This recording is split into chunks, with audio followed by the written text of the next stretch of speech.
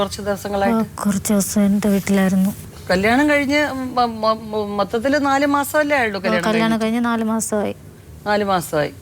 അന്ന് സമൂഹത്തിന് ശേഷം എത്ര ഗ്യാപ്പ് ഉണ്ടായിരുന്നു കല്യാണത്തിന്? 1 മാസം 2 മാസം സമയം ഉണ്ടായിരുന്നു. 2 മാസം സമയം. 2 മാസം സമയമാണ്. ഈ 2 മാസത്തിനിടയ്ക്ക് നിങ്ങൾ അങ്ങോട്ടും ഇങ്ങോട്ടും ഫോണിൽ സംസാരിക്കുകയൊക്കെ ചെയ്യത്തില്ലായിരുന്നു? അതെ. അപ്പൊ അദ്ദേഹം ഇങ്ങനെയുള്ള കാര്യങ്ങളെല്ലാം ചോദിക്കുമായിരുന്നു? എന്തെങ്കിലും നിന്റെ ജീവിതത്തിൽ സംഭവിച്ചിട്ടുണ്ടോ എന്താണെന്നൊന്നും ചോദിച്ചു.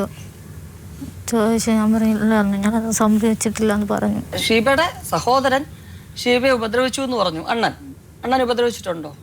അണ്ണനെ ഉപദ്രവിച്ചിട്ടില്ല. അത് ചേട്ടൻ ഇങ്ങനെ കഴുത്തിൽ ഇങ്ങനെ പിടിച്ചുകൊണ്ട് കിടന്നു. അപ്പോൾ എനിക്ക് തലപ്പെരുപ്പൊക്കെ ഉണ്ടായിരുന്നു. ആ സമയത്താണ് ഞാൻ എന്തോ വിളിച്ചൊക്കെ പറഞ്ഞു ഞാൻ രക്ഷപ്പെടാൻ കരുതിയിട്ട്. എന്ന് വെച്ചാൽ എനിക്ക് എണീറ്റ് പോകാൻ കരുതിയിട്ട്. അത്രയ്ക്ക് എൻ്റെ ശ്വാസം പെയ്യാണ് ഞാൻ കിടന്നത്. കല്യാണം കഴിഞ്ഞ അന്ന് രാത്രിയാണോ ഈ സംഭവം? നല്ല പിറ്റേന്ന് രാവിലെ അന്ന് ചേട്ടൻ പണിക്കൊന്നും പോയില്ലായിരുന്നു. ഉണ്ടായ സംഭവം അല്ല എന്ന് പറയുമ്പം നിങ്ങൾ ആ പറഞ്ഞിരിക്കുന്ന രക്ഷപ്പെടാൻ വേണ്ടി നിങ്ങൾ പറഞ്ഞിരിക്കുന്ന 2 പേരുകളും ഒരിക്കലും ഉപയോഗിച്ചുകൂടാത്തതല്ലേ? ഒരു പാസ്റ്റർ എന്ന് പറയുമ്പോൾ അയാൾ ചെയ്തുകൊണ്ടിരിക്കുന്ന പ്രവൃത്തി എന്ന് പറഞ്ഞാൽ ഈശ്വരനെ കുറിച്ചും നന്മയെക്കുറിച്ചും മാത്രം പറയാൻ വിധിക്കപ്പെട്ട ഒരാൾ. പിന്നെ സ്വന്തം കൂടപ്പിറപ്പ് ഏതെങ്കിലും ഒരുത്തൻ്റെ പേര് വേറെ ആരുടെയെങ്കിലും ഒരാളുടെ പേര് പറഞ്ഞെങ്കിൽ പോലും ഇത് ഈ 2 പേരും പറഞ്ഞ ആ സ്വന്തം ആങ്ങളുടെ ഒരു അവസ്ഥ ഒന്ന് ആലോചിച്ച് നോക്കും. നിങ്ങളിത് പറഞ്ഞതിന് ശേഷം ഉണ്ടായ ഈ പ്രശ്നങ്ങൾ കാരണം അയാളുടെ മനസ്സ് എങ്ങനെ വേദനിച്ചിട്ടുണ്ടാവും? അതെങ്ങനെ പറയുന്നു? അപ്പൊ എന്തോ ഷീബയുടെ മനസ്സിൽ ആങ്ങളെ കുറിച്ചൊരു പേടിയോ അയാൾ ഉപദ്രവിക്കും എന്നുള്ള ഭയമോ അങ്ങനെ ഉണ്ടായിരുന്നോ ചെറുപ്പത്തിൽ? എനിക്ക് ചെറുപ്പത്തിൽ ഭയം ഉണ്ടായിരുന്നെങ്കിൽ അവ എപ്പോഴും എൻ്റെ അണ്ണൻ എന്നെ കിടന്ന് ശരിക്കുമൊക്കെ വഴക്കൊക്കെ പറയുമായിരുന്നു. അത് ചുമ്മാ ഇരുന്നു കൊണ്ട് എന്തെങ്കിലുമൊക്കെ പറയുമായിരുന്നു. അങ്ങനെയൊക്കെ ഉള്ളു, അല്ലാതെ ഇങ്ങനെ പീഡിപ്പിച്ചിട്ടില്ല. പിന്നെ ഒരു ദിവസം രാത്രി അത് അവിടുത്തെ വീട്ടിൽ വെച്ചായിരുന്നു. ഇങ്ങനെ ഉറങ്ങിക്കിടന്ന സമയത്ത് അമ്മ ആണെങ്കിൽ മക്കളെ നിങ്ങൾ റൂമിൽ കിടക്കി, ഞാനാണെങ്കിൽ ഇവിടെ കിടന്നോളാം. അവ ഇങ്ങനെ ഒക്കെ ചെറുതായിട്ട് സംസാരിച്ച് പിന്നെ വഴക്കങ്ങ് കൂടുമായിരുന്നു. കൂടിയിട്ട് പിന്നെ ഞാൻ പറയും, അമ്മ എനിക്കിവിടെ കിടക്കാൻ പേടിയാണെന്ന് പറഞ്ഞ് അമ്മ ഇനി നമ്മളടുത്ത് കിടക്കണമെന്ന് പറയും. എന്നിട്ട് അമ്മ നമ്മളെ സൂക്ഷിച്ച് അവിടെ റൂമിൻ്റെ അടുത്ത് നമ്മളെ റൂമിൽ കതവില്ല, കൊച്ചു റൂമാണ്. റൂമിൻ്റെ അകത്താണ് സാധനങ്ങളൊക്കെ വാരിയിട്ട് അവിടെ അലമാരയുടെ അടുത്തൊക്കെയാണ് ഞാൻ കിടക്കുന്നത്. അനിയത്തിയാണെങ്കിൽ കട്ടിലിൽ കിടക്കും, ഞാൻ മാത്രം ഇനി ഒറ്റയ്ക്ക് തറയിൽ കിടക്കും. വലിയ കട്ടിൽ തന്നെ 4 പേർക്ക് കിടക്കാനുള്ള കട്ടിലൊക്കെ തന്നെ. ആ സമയത്ത് ഞാൻ രാത്രി അലമാരയുടെ അടുത്ത് അരുവിൽ പായിട്ട് ഞാൻ അവിടെ കിടക്കുമായിരുന്നു. അതിന് ശേഷം ഞാൻ എന്നിട്ട് വിളിക്കും, എൻ്റെ ദേഹത്ത് ആരും ഇങ്ങനെ തടവിട്ട് പോവാരെന്ന് എനിക്ക് അറിഞ്ഞൂടായിരുന്നു.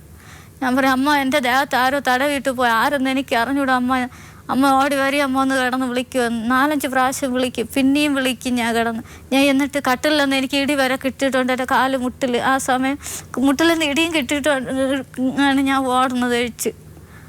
ആരോ തടവിയതായിട്ട് തോന്നി. എന്നിട്ട് ഞാൻ വിളിച്ചുകൊണ്ട് ഓടി. ആ സമയം എൻ്റെ അണ്ണ അങ്ങ് റൂമിൽ കയറി പോണതായിട്ട് ഞാൻ കണ്ടു. ഞാൻ വിഴുന്നഴിച്ച് ഓടി. എൻ്റെ റൂമിൽ നിന്ന് കട്ടിലെന്നൊക്കെ എനിക്ക് ഇടി കിട്ടുന്നു. അത്രയ്ക്ക് ഇടം പോലും ഇല്ലായിരുന്നു. എന്തുകൊണ്ടാണ് നിങ്ങൾ എന്തെങ്കിലും ഉണ്ട് അടുത്തുള്ള വീടുകൾ അങ്ങനെ സഹകരിക്കും, എന്നാലും അവരപ്പോഴത്തേക്ക് അനിയത്തിക്കും അമ്മയ്ക്കും കരുതി ഇതിലുള്ള ആഹാരമൊക്കെ കൊടുത്തുന്നാണ് ഞാൻ ഇവിടെ വരുന്നതിന് മുമ്പേ.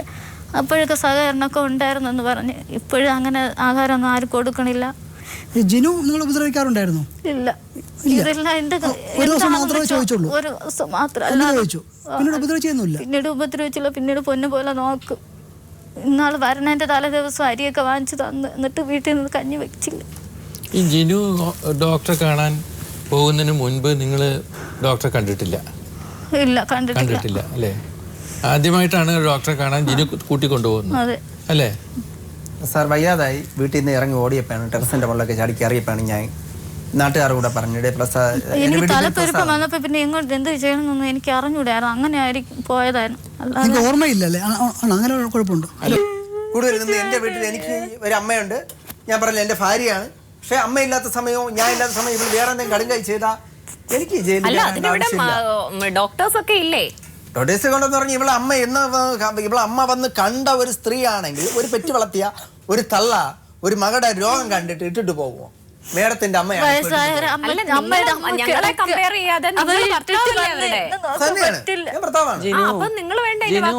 അവരുടെ കുടുംബത്തിന്റെ അവസ്ഥ ഇപ്പോ ഈ കുട്ടി ഇവിടെ പറഞ്ഞ് കുറെയൊക്കെ നമ്മളൊന്നും കണ്ടിട്ടില്ലെങ്കിലും മനസ്സിലായി.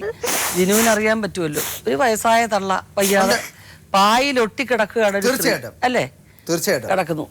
സാമ്പത്തികമായിട്ട് ഒരു ഗതിയും പരഗതിയും ഇല്ല. ഇല്ല. എന്നിട്ടും ആ 2.5 ലക്ഷം രൂപ നിങ്ങൾക്ക് അവർ തന്നു. 25 സെന്റ് സ്ഥലവും തന്നു. നിങ്ങൾക്ക് അത് ഉപകരിക്കുകയും ചെയ്തു. ഒരു അസുഖം പണ്ട് നടന്നതെല്ലാം പോട്ടെ, ഒരു പുരുഷൻ ആഗ്രഹിക്കുന്ന പോലെ ഒരു സ്ത്രീയും ആഗ്രഹിക്കും. എനിക്ക് വരുന്ന ഭർത്താവ് എന്നെ അല്ലാതെ അതിനു മുമ്പ് ഒരു സ്ത്രീയെ നോക്കിപ്പോലും കാണരുന്ന എല്ലാ സ്ത്രീകൾക്കും ആഗ്രഹമുണ്ട് അല്ലേ?